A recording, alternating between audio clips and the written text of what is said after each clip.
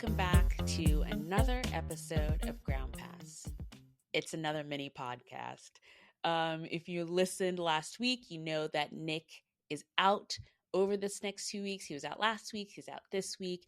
So hopefully we'll have him back next week for a full episode of the Ground Pass podcast. But for now, you have me, you have Anastasia, and we have a mini pod. And we're going to be talking about the tennis stories that mattered this past week on tour. We're coming to the end, guys. It's going to be the WTA finals next week, followed by the ATP finals. Then we have Billie Jean King Cup. Then we have Davis Cup finals. And then we're done. Then we're done for the season. If you are new to tennis, if you're just following, welcome to the longest season in sports, I think. At least it feels that way. I think there's like a 3-week off season. Technically, next season starts this year in December when we start United Cup. So professional tennis players get about 3 weeks off if they're playing all the time. There are a few tennis players that have already called their seasons. I think Felix Auger-Aliassime is actually one of those who just recently called his season. He was going to play in the Paris Masters, but he has a back injury and so has ended his season. But we're getting ahead of ourselves. So let's talk about what's been going on this week.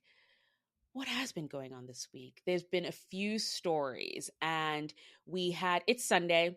We're kind of back in our usual schedule, I think, for the tennis season. And if you know it, tournaments usually start on a Monday and they end on a Sunday. So we're so used to finals Sunday in tennis. And we had a few finals this Sunday that kind of led the stories for us, especially. So on the men's side, we'll start there. We had the Swiss indoors, and we also had Vienna happening at the same time, and their finals were both today.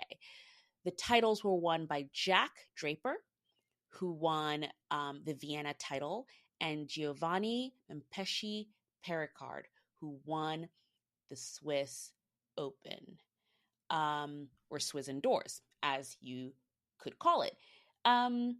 So what are the big stories there? I mean, I think the most important things is that these two players started so far down the ranking this year. Jack Draper started this year as 62nd in the world. He's now in the top 20. He's now ranked 15th in the world and has had a phenomenal year. I think there's some parallels happening. I really love patterns, and I love patterns and parallels and things like that. And just as we saw Andy Murray exit the scene, we have another British player who is stepping into his big shoes. And that player might be Jack Draper. You know, he's now in the top 20. He got to the semifinals of the US Open this year. And here he is winning his second title of the year in Vienna. And it's funny, Andy Murray won this title in 2014, the first time he entered the tournament, and Jack Draper for the first time that he entered the tournament in 2024. He wins the title. You know, I mean, I know it's reaching, we're reaching a little bit, but I love seeing the parallels, and who knows? Jack Draper has had a great season. It's his first season kind of free of injury. He's kind of been injury prone for the most part in his career. And this is the first year that he is clear of injury, had a full season from Australia till now. And here he is in the top 20. I think he is one to watch. I think he's one that if he keeps playing the way he is and keeps improving, he might make it into the top 10. He might really follow in Andy Murray's footsteps. You know, we see something similar with Carlos Alcaraz. As Nadal is stepping away, here comes another Spaniard. So parallels everywhere. And following along with that, we have Giovanni Mpetshi Perricard. I remember the first time I saw Mpetshi Perricard play, it was on his debut on the main tour in Sir Hockenbosch. I think I'm saying that right, last year. And if you haven't seen Giovanni Mpetshi Perricard, please pull him up on the internet, look him up. I will put his ATP bio in our show notes. He is 6'8". So we're talking John Isner level serving or even more. He averages 100, at least in this tournament that he just won, 138 mile per hour first serve and 131 in his second serve. He doesn't have a second serve, people. It's just two first serves. And he's doing so well with it because he takes the title in Switzerland at the Swiss indoors. And he even had a bigger jump, I would say, this year. He started this year in January at 205 in the world. 205. And it's funny, in his acceptance speech today, he talked about how he had hopes this year of winning a title, maybe a 250 or 500. Well, he did both. He won a 250 earlier in the year, just before the French Open, and now he has won a 500 title at the Swiss indoors. And he might be the new king of indoors. He takes over from Felix Auger-Aliassime, who has won this tournament twice in a row already, and now we had Giovanni Mpetshi Perricard winning the title and is now 31st in the world. He is so close to getting into the top 30. And at 31 in the world, he might be seeded this year. Well, when I say this year, he might be seeded at the Australian Open next year. And I mean, that is a huge jump from starting the year at 205 to almost being seeded at the Australian Open is quite the season. So, I love this kind of storyline of, we talk about the long season and the season is long, but sometimes for some players, the end of the season can be almost a redemption run, maybe not a redemption, but it's a way to sort of end the season on a high, which kind of sets you up for a good season next year, or at least a possible good season. So it's not the same for everyone. Definitely some players need the rest and could possibly take, most an earlier, end to their season. But for others, it's a good time to sort of build up points and set themselves up for a stellar next season, which will be the 2025 season. So for Jack Draper and Giovanni Mpetshi Perricard, it has been a great time for them so far. Arthur Fils didn't win a title, but he won some big, big money. If you didn't know, the way the ATP runs it is they don't do mandatory events. And maybe this is something we can break down at some point when Nick and I are back together, kind of break down the structure of the tours and what, tournaments are mandatory and what are not, so you can get a better understanding of how this season works for players. But for example, in the WTA, they have some 500 events that are mandatory, or at least they have a number that they have to hit for the season. ATP, it's not the same. The way the ATP gets players to play at the 500 level, though, is that they have a bonus pool. So, for example, if you play the 500 level events, I think you have to play at least 4 500 level events. And if you get the most points playing those 4 500 level events, you can win some money, some extra money that's in a bonus pool. It's all ranked, but the top prize for winning the most points at 500 level events is, I think this year was $615,000. And Arthur Fils was the winner of the prize pool this year. So he didn't win the title this year at the indoor tournament, but he did with his, I think he got up to the semifinals. Yes, he played against Ben Shelton in the semifinals. Ben Shelton won, but in the end, he won the most points playing at the 500 level, and thus gets the big bucks. He wins tons of money. This is definitely something we should talk about in the future when Nick is back, because something strange happened this past week. And I can't remember now if it happened at the end of last week. I think, yes, it happened at the end of last week, but it didn't get into the mini pod that I released last week. But basically, Irina Sabalenka is back at number one. And you might be thinking, wait, but she didn't really win a tournament last week, or get in, like, how did she get into how did she surpass Iga to get to number one, especially since Iga had a lot more points than she did.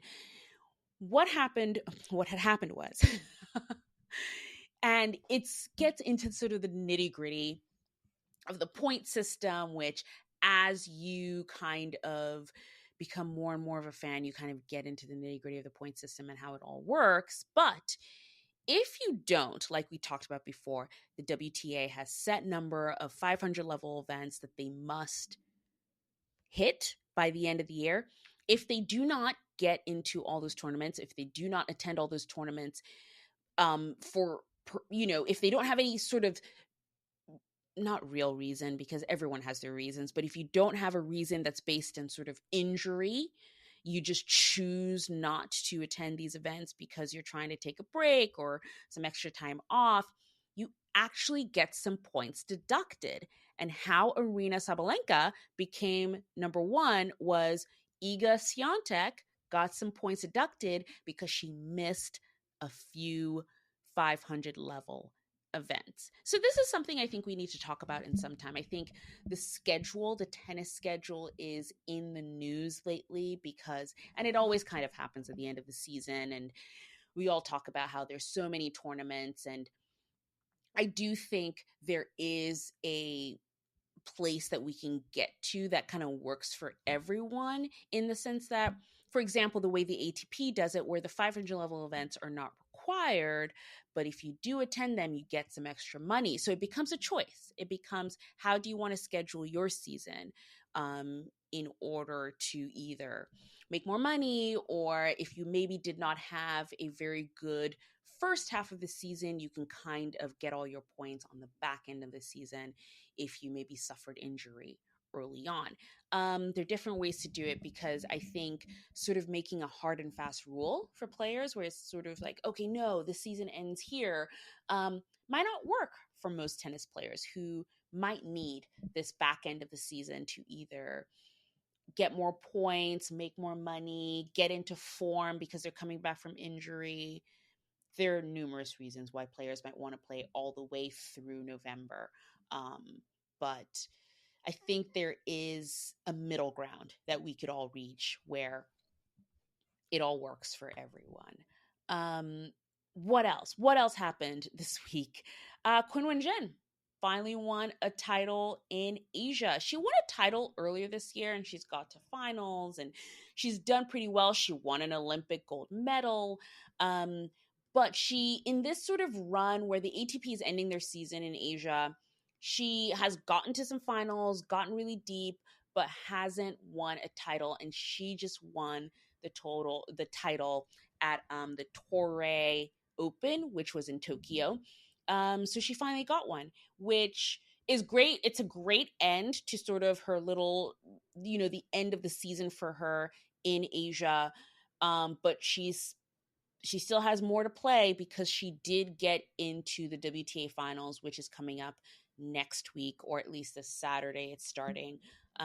So lucky for her, the points added up, because there was a little story earlier this year where it seemed like she didn't realize she was in contention to be in the finals, but luckily for her, the points added up and she was able to make it to the WTA finals. So we will still see her there. What do we think about Qin Wenjin? I just want to put that out there. If you're listening to this podcast, you're listening to me ramble, from my hotel room. I'm away as well, but mini pod has to go out. um, but if you're listening to me ramble, I have a question for everyone listening to me ramble. What do we think about Quinn Wen Zhen? Drop us a line on social media, drop us an email, whatever it is. Because I don't know about you, but for me, I love the way she plays. I love her style, but I also love her attitude a little bit. She has this sort of, I'm not here to make friends, I'm here to win titles attitude with, add the hair flip in there. I think it's rubbed a few people the wrong way. We've seen some incidents on court, some sort of not so friendly handshakes, which I've never. By the way, okay, this is also another question for the audience out there. If you listen to this podcast, what do we think about handshakes at the end of the matches? Because I get it. It's a show of sort of nice match, we're still friends in the world, kind of. It's a nice touch, it's a nice sort of like handshake at the end, shake the umpire's hand, end of match. But there's this fixation of, was it a warm handshake? And for me, I'm like, if I just lost a tennis match that I wanted to win, I'm not going to happily shake my opponent's hand. I mean, it's a little different if we're friends. For example, Arthur Fils and Ben Shelton played a semifinal, and at the end, Ben Shelton won, and there was a warm embrace at the net. They're friends, no hard feelings, Ben Shelton won. I don't think Arthur Fils was happy, but there was a warm embrace. But at the same time, if there's no personal relationship or anything like that, I don't really get the whole sort of warm handshake and was the handshake great. If you lose a match, you're disappointed in losing. I hope. I'm not sort of happy I lost. Yes, that's a little bit of a side tangent, but it's always fascinated me, the fixation on the handshake, and if it was, happy or not. Obviously, I know sometimes there could have been arguments in court, or a little bit of a contention, or a little aggro on court. I get that, and it could lead to a not so happy handshake. But if there was nothing else and it's literally just someone super disappointed in losing, I don't see what the problem is. But either way, that was a major tangent. I just really want to know what people think of Kunun Jen. I love her. I love her style. She's there to win tournaments, not there to make friends. Or at least that's what it seems like. But it seems to have rubbed not only some players, but some fans the wrong way. So let me know what you think. Leave us a note. Leave us a rating, and write in the rating what you think about Quinn Winshead, but also what you think about her podcast. But yeah, that was kind of, for me anyway, the stories that matter to me this week. I've been busy with work. I'm recording from a hotel, so I haven't been at home. I haven't watched a bunch of tennis, but I actually did get to watch the Jack Draper and Giovanni finals. And I also watched some other matches from them throughout the week. So that was really good. Unfortunately, I didn't watch a lot of matches in Asia, time zone and everything. Got to sleep at some point. But yeah, that was my week in tennis. What's coming up next week? Well, what's coming up next week for the guys, for the dudes, it is the Paris Masters, and that's where everyone's back up and running. It's a 1,000 level event for the ATP. Carlos is back, Sinner is back, Medvedev is back. They are all back playing together for the last 1,000 level event of the season for the ATP. You know who's not playing though? Novak Djokovic is not playing, and he won last year. So all his points, he loses all his points from his win last year. But also there are questions about if he's going to play in the ATP finals. So that's something that we are still looking at and seeing who's going to end up at the ATP finals. Unlike the women, I mean, their tournament starts, next week. But for the ATP finals, there are still some slots to be filled. So Carlos Alcaraz has qualified. Yannick Sinner, Alexander Zverev, and Daniil Medvedev have all qualified for the ATP finals this year. And we have 4 more slots to fill. And it is a race to the finals that I think the Paris Masters will definitely decide who makes it. And, players like Novak Djokovic will also affect because he's in 6th right now and probably will qualify for the finals, but will he attend? It kind of seems that Novak has wound down his season, but you never know. You never know what's going to happen. He might play, he might not play. We will see. On the women's side, November 2nd, it's the WTA finals. That is the main event for the WTA coming up. There's some other events happening, lower level events next week, but my main focus definitely will be the WTA finals. I am hoping against all hope that I have the time. I really want to do a WTA finals preview for all our ground passers to kind of break down the players, who's qualified, who's going, and what their season has been like, what got them to the finals, and what might happen after the finals. I think this is going to be a super exciting year on so many levels. I think the group of players who have made it to the WTA finals, it's such an eclectic and awesome group of players to make it into the finals this year, but also it's going to be in Riyadh.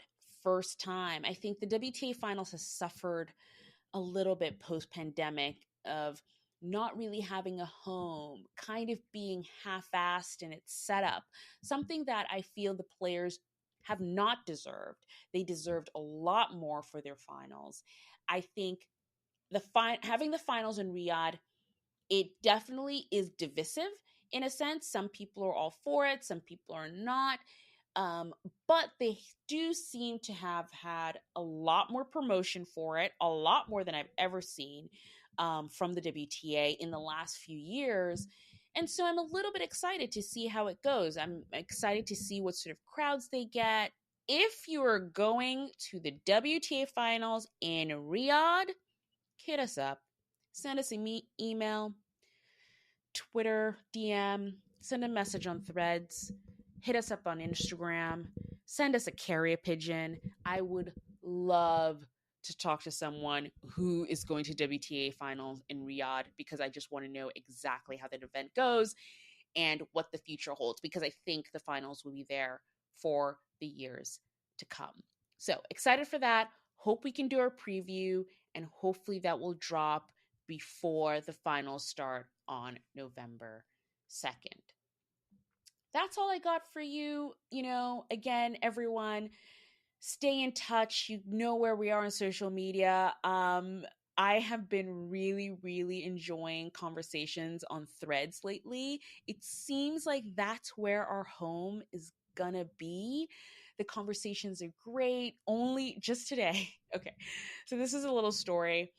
After the match that Jack Draper won, I went on Threads to post a little message about his win, and I came upon a post from Lizzie Dent on Threads, who used the phrase that I think describes the audience that I feel like we are trying to hit with Ground Pass. And her post was, Jack just won in Vienna, and I'm telling you, slam only tennis fans, there is a super competitive Brit on the rise. Well done, Jack Draper. That was a thread from Lizzie Dent, and slam only tennis fans, that's our audience. Like that's our little community right there. So if you are a slam only tennis fan, welcome. Lizzie also followed us on Threads, so super excited. We're going to follow you back. following you back right now as we speak, Lizzie.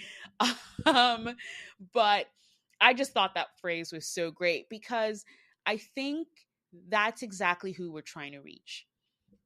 The slam only tennis fan, the person who only watches 4 tournaments a year.